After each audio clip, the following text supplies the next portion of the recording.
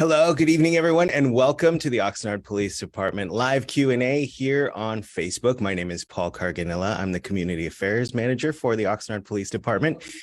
And as I mute my computer, I wanted to thank you all for joining us here this evening as we discuss Suicide Prevention Awareness Month and some information, some resources about suicide prevention and some information about things that we have going on and resources that are available to families and residents of Oxnard and Ventura County, and introduce you to some programs that you might not have known exist that are out there. And it's going to be a really fun half hour here. We're going to be live until 6 p.m. Pacific time.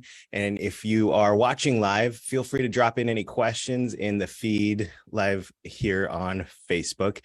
And if you are watching in perpetuity or after the show is over, we are no longer live after 6 p.m., but the video will be available in perpetuity to go back and watch whenever you have the time to do so. But again, thank you so much for being here. We appreciate your time. And just a quick little breakdown of how this is going to go this evening is first, we're going to talk a little bit about the American Foundation for Suicide Prevention out of the Darkness Walk Ventura County that's coming up next weekend.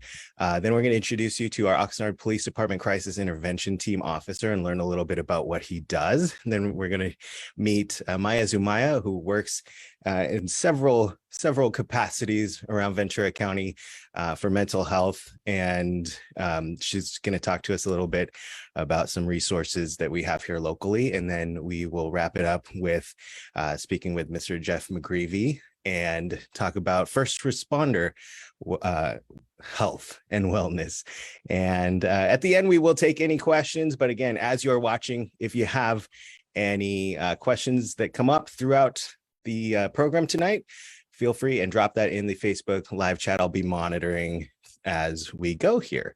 And first, I do want to introduce here to talk about the American Foundation for Suicide Prevention Walk that's coming up, our Assistant Chief Denise Shadinger and Corporal Paul Knapp, both of the Oxnard Police Department, both with 26 years experience here with the Oxnard Police Department. Did you guys hire in together? No, shortly after each other. I think I was like 6 months after you. Gotcha. Well, that's quite a long stretch to be working in law enforcement, and you're both very involved in this walk that's coming up. Can you just let us know a little bit about it and why it means a lot to each of you?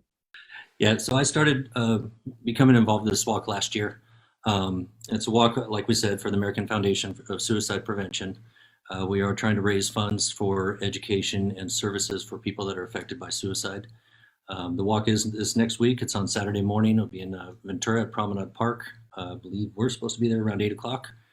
And we are still actively trying to raise funds. At some point during this broadcast, Paul's going to post a QR code, which will go directly to a link to my donation page. If you have anything at all, please take a photo of that. Use your camera, or come back later and pause it, use your camera and try to help us out. Oh, there it is there. But yeah, the walk is really good. It helps people that are affected by suicide, not just the people themselves that have attempted it or feel that way, but also for their family members, coworkers, friends, everybody else. Absolutely. And again, the walk is next Saturday, the 17th of September here in actually in our neighboring city of Ventura.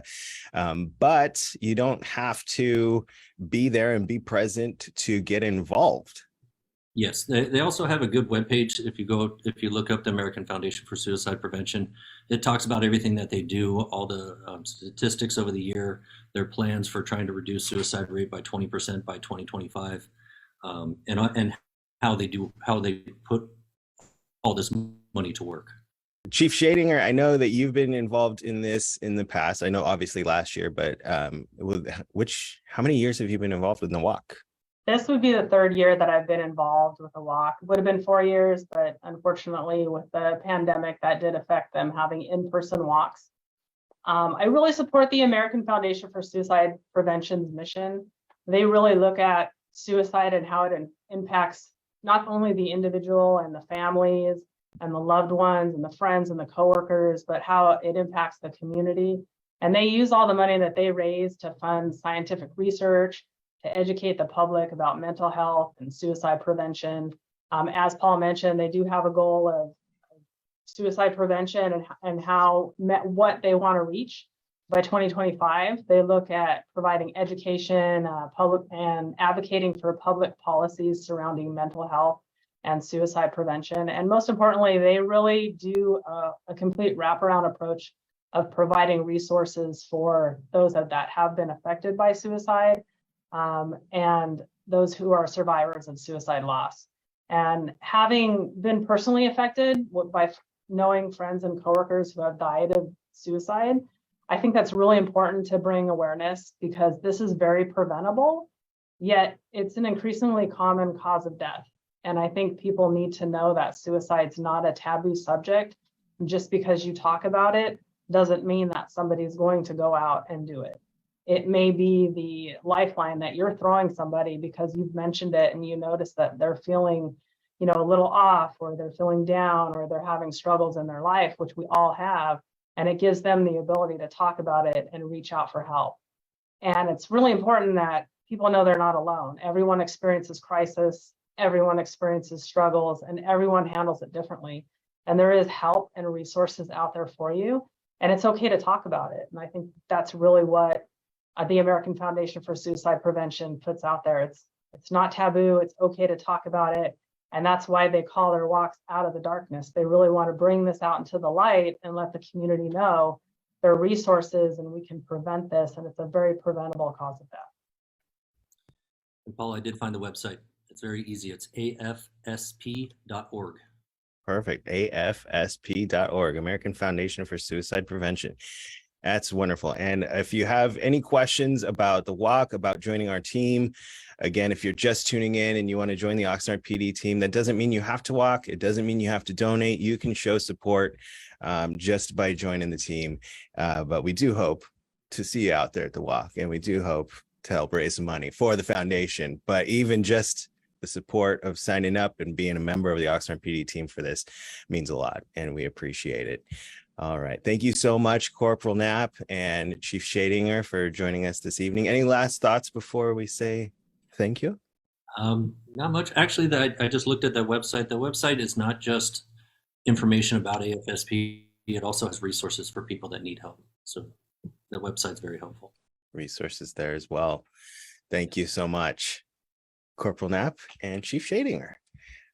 Next, I'd love to introduce you to a police officer here with the Oxnard Police Department, and he's in a very special role. He's on our crisis intervention team, but he's also the crisis intervention team officer, and this is Officer Alfonso Silva. Hello. Hi. Thank you so much for joining us this evening. Thank you for having me. It's a great opportunity to share with the community here what the CIT officer does here for the department, and get to know you. And if you can, in a nutshell, just kind of break it down, sum up what is the role of the CIT officer? So my main role is being out in the community, providing outreach to anyone who's in any type of mental health crisis. I'm partnered with a social worker from Behavioral Health Ventura County, and through the RICE program, we contact individuals in the community that we have had in the past mental health crisis. We follow up with them and offer resources and support so that they can, find a solution to whatever issues they had, and just kind of keep them on track in order to reduce calls for service and any potential additional issues with mental health. And so are you a member? I know that we have a homeless liaison unit here at the department. Do you work with them a lot as well? Yes. So actually, I work with them. I'm assigned to our neighborhood policing team. However, most of my clients in the community are from the homeless population. So I do work with the HLOs. We share a lot of information, specifically with individuals that are hard to find because of their living situations. So I do work with them, and we do share a lot of information. And I get a lot of questions from the community about what kind of training our officers have to deal with mental health crises and suicide prevention, or any of these specified, especially, you know, when things come around and we're raising awareness for autism or we're raising awareness for Alzheimer's. Can you just kind of touch a little bit about what kind of training there is for our officers in all of those fields? Yeah, most of all our patrol officers, the majority of the officers here in Oxnard Police Department, we all are all trained at the CIT Academy, which is hosted here in Ventura County. And all the officers are provided with tools such as de-escalation techniques and just the overall understanding of how to understand, you know, those members of the community that are having a mental health crisis. We are provided with resources that we can utilize to better assist a person in a time of crisis, utilizing different agencies such as behavioral health, the crisis team. It's an ongoing list of the tools that we get, and it's just, it's an evolving topic that we're still trying to obviously develop and perfect so that we can better implement it in the community. But most, if not all, the officers at this agency are trained and able to deal with mental health crisis. Now, something really kind of newish. I guess it happened mid-July, so it's not that recent, but the National Suicide and Crisis Lifeline hotline used to be like kind of a long, complicated number, but that changed and it was made a lot simpler. Can you tell us about that? Yes. So recently, the implementation of 988, which is essentially took place of the suicide hotline. There was a lot of stigma, and a lot of people did not really want to call the suicide hotline when they were having maybe not thoughts of suicide, but mental health issues. This really kind of takes a lot of that away. And essentially, what 988 is if you're having any type of, you know, suicidal feelings, if you're having any type of mental health crisis that doesn't arise at the suicide level, or any type of other emotional, even substance abuse issues, you can contact 988 and they can connect you with services that are local to your area. For the most part, 988 is going to be handled via crisis counselors. So law enforcement and just first responders in general won't necessarily be involved unless there is something that rises to that level. But it's something where a person should feel comfortable contacting them. Yeah. So, and just to piggyback on that, what to kind of just put it into simpler terms is just like, it's not the same as 911. If you're experiencing an emergency or if something is happening that you need immediate assistance from medical services or the police, still dial 911. But what 988 is, it's a new suicide. It's the same old suicide prevention hotline, just with a new number. And so yeah, if you're feeling down, if you need the services that are provided there by the suicide prevention hotline, that 988 numbers has been implemented to make it easier for you to access those services. And thank you again for your time, Officer Silva. Do you have any final thoughts you want to leave us with?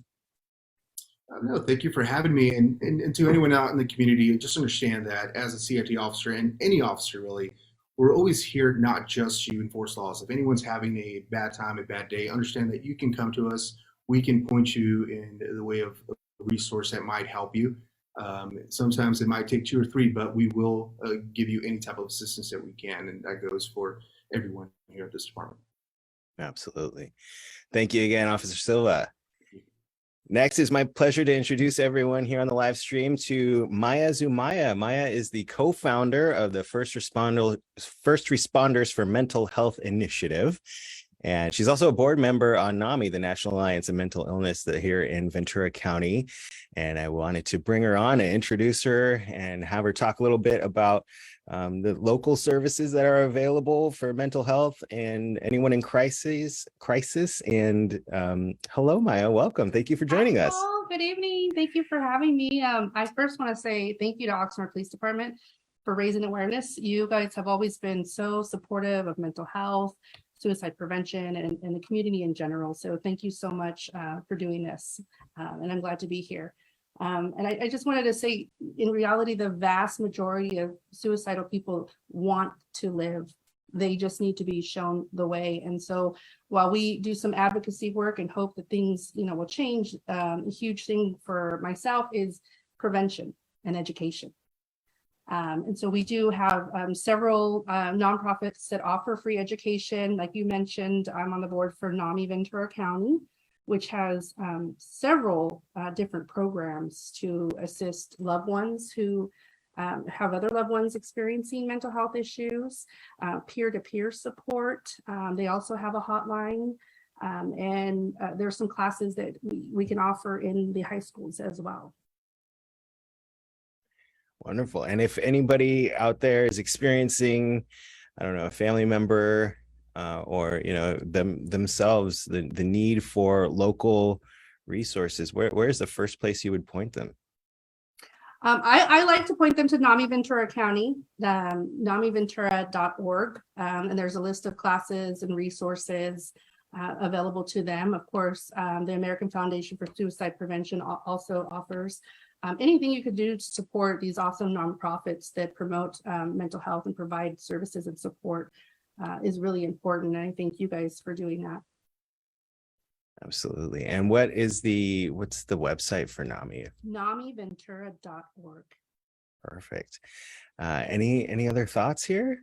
Yeah, like I said, we just have to be educated and know that if we're scared to talk about that, we shouldn't be. We should normalize it, and people actually feel a sigh of relief when we do talk about it. So these classes and trainings really help you to become comfortable with talking about suicide or talking about mental health. So I just want to encourage everybody, support these nonprofits, take advantage of some of these free resources and educational courses, because it'll really make a difference.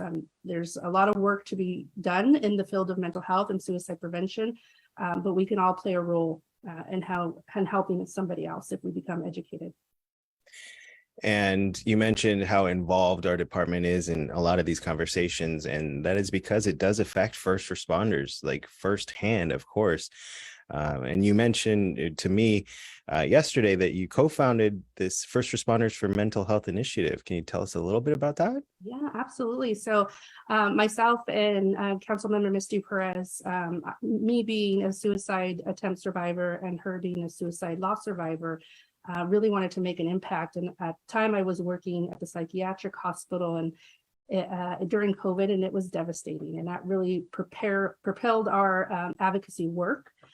There's high suicide rates within law enforcement, and then the community in general was suffering in major ways when it comes to mental health. So we wanted to come together and work with our first responder agencies throughout Ventura County to raise awareness in a huge way. So we're really appreciative of all the departments that came out and had events during the month of May and to promote mental health awareness in their communities, and to also raise money for some of these nonprofits, NAMI obviously being one of them, and the magnets that go on the patrol cars. And so it was an opportunity for these different first responders to say, hey, we care about this topic, we care about you, and we want to have these conversations out in the open. And it was a great opportunity to bring law enforcement and fire and EMS together to support the community and say, let's talk about this, because it's an important topic. It's affecting our community and it's affecting first responders as well.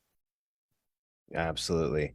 And thank you so much. Will you stick around for a little Q&A at the end here? Absolutely. Awesome. We'll see you very soon, Maya. Thank you so much. And speaking of the Q&A, we are live for another 10 minutes or so. If you have any questions about anything you've heard here tonight or anything that you do here between now and the end, go ahead and drop them in the Facebook live chat here, and we will try to answer those before we end the program here tonight. And Maya just touched on the first responders and how it affects anyone whose career is, touched by seeing emergencies or dealing with emergencies every day. I wanted to bring in a retired Oxnard PD Sergeant, Jeff McGreevy. Jeff served 4 years in the U.S. Marine Corps straight out of high school.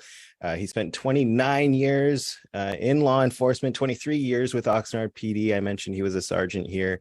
And while he was here, he rebooted the peer support team, and he's gone on to continue the work after his retirement from our department.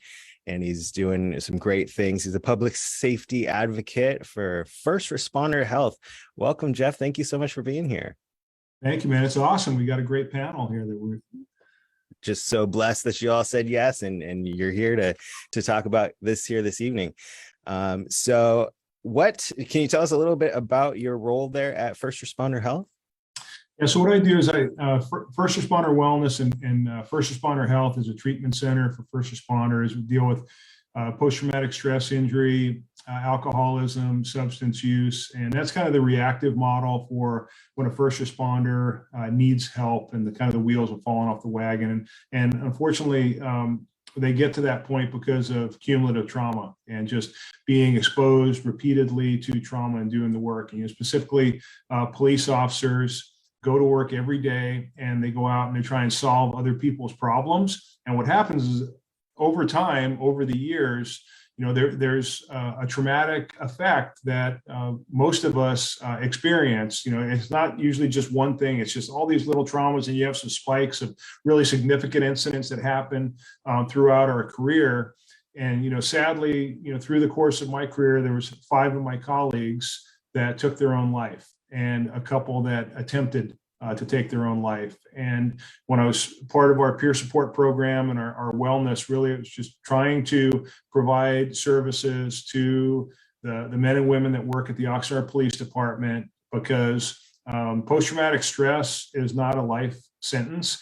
And first responders and anybody that works in a trauma environment, emergency room, doctors and nurses and folks that are out in the field and that get exposed to a lot of trauma, that it's a manageable thing. It's something that can be treated, and it's just really learning how to manage that. And unfortunately, folks in our profession, we really it's hard to step forward and ask for help because we're the ones that are solving problems, and there's stigma associated with everything. And in our community, it's fear of our reputation, or someone thinking you're weak because you've asked for help, or not really wanting to admit that you're having a problem, being concerned that professionally that could that impact you? Could you lose your job? And what the truth is, and I know that Oxnard Police Department is one of the leaders in the county, is that they understand that this is something that comes with the territory, and that we want our people to get help and deal with these things we know that they're going to be exposed to these traumas. So,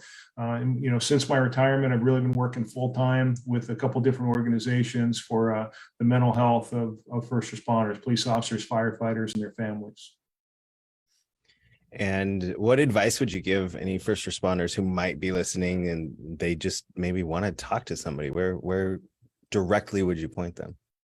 I would point them to their peer team if they don't feel comfortable with that. There's a great organization called Copline, which is cop to cop. Those are cops that are trained to do peer support for police. And the thing is that they're neutral. They're from all over the country. And so that's a great resource for law enforcement. If you're struggling with post-traumatic stress, trauma, addiction to pain medication or anything like that, First Responder Health and First Responder Wellness are here for you. And there's another great program in Ventura County called 911 at Ease, which is a free counseling service for first responders and their families. So lots of resources. My advice would be, don't wait years to step forward to ask for help, because you're not alone. Anyone that's done this job for a long period of time, any cop or firefighter worth their salt will have been exposed to trauma dozens and dozens and dozens of times. And what you're experiencing is actually normal. And so take care of yourself and don't be afraid to ask for help, because there's a lot of people out here that will do anything for you. Thank you so much. And any other thoughts? Any final thoughts to leave with? I want to say thank you to Denise, because, about 4 years ago, Denise you roped me into helping out with the walk that's now coming up in a week or two. And she's like, hey man, will you help me, put together a team and we'll do some fundraising. But what was really awesome was to get a bunch of people from the community and our first responders to come out and do a walk. And raise a little bit of money, but also raise awareness of this, because we've all been unfortunately impacted by friends and colleagues and family members that have taken their own lives. And so if there's something that we can do to help our brothers and sisters, we're here to help. And I'm really glad. And I also would like to say I'm going to make a $100 donation to the walk. So Paul, when I get the link, I want to hope some other people that are listening to this will make a small donation and help out. That is awesome. Thank you so much, Jeff. And speaking of the link, if you check back at the chat here, I think all the links mentioned have been listed. And I haven't seen any questions, just a whole lot of thanks and appreciation. And we love that. But if you do have any questions, please, and you're watching this after the live stream is over, if you're too embarrassed to ask it in the Facebook chat, reach out to any of us. And but if it is Facebook chat worthy, we'll keep our eyes on it. And if you have any questions there that we can answer in the future, we'll answer those after we read them. But again, all the links are there. And Misty Perez comments that all of these services are free. And then that's a good point. Don't be afraid due to your financial status or situation to reach out and ask for help ever.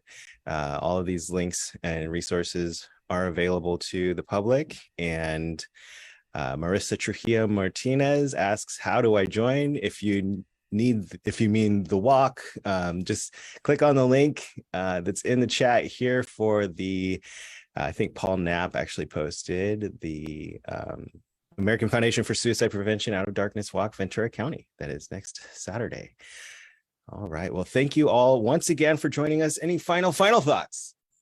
I will say, if you feel like somebody who might be suicidal, find the courage to act. Don't worry about being disloyal. Don't worry about breaking trust. Don't worry about not having sufficient information. Just call for help. So find the courage to ask. If you don't feel comfortable asking the question, find somebody that will, because like I said, the vast majority of people who are feeling suicidal do want to live. They just need somebody to reach out. Appreciate it. Yeah, and thank you so much, Oxnard Police Department. Oh, thank you. Thank you for joining us last minute. I know Jeff and Maya, I hit you up yesterday and I said, will you jump on with us? And you said, yes, this is very important. Yes, we will. And thank you again to Chief Shadinger and Corporal Knapp and Officer Silva and everyone for joining us. Again, if you have any questions, well, I'll put my contact information here in the Facebook chat and just send me a message. Thanks once again. Have a great night, everybody.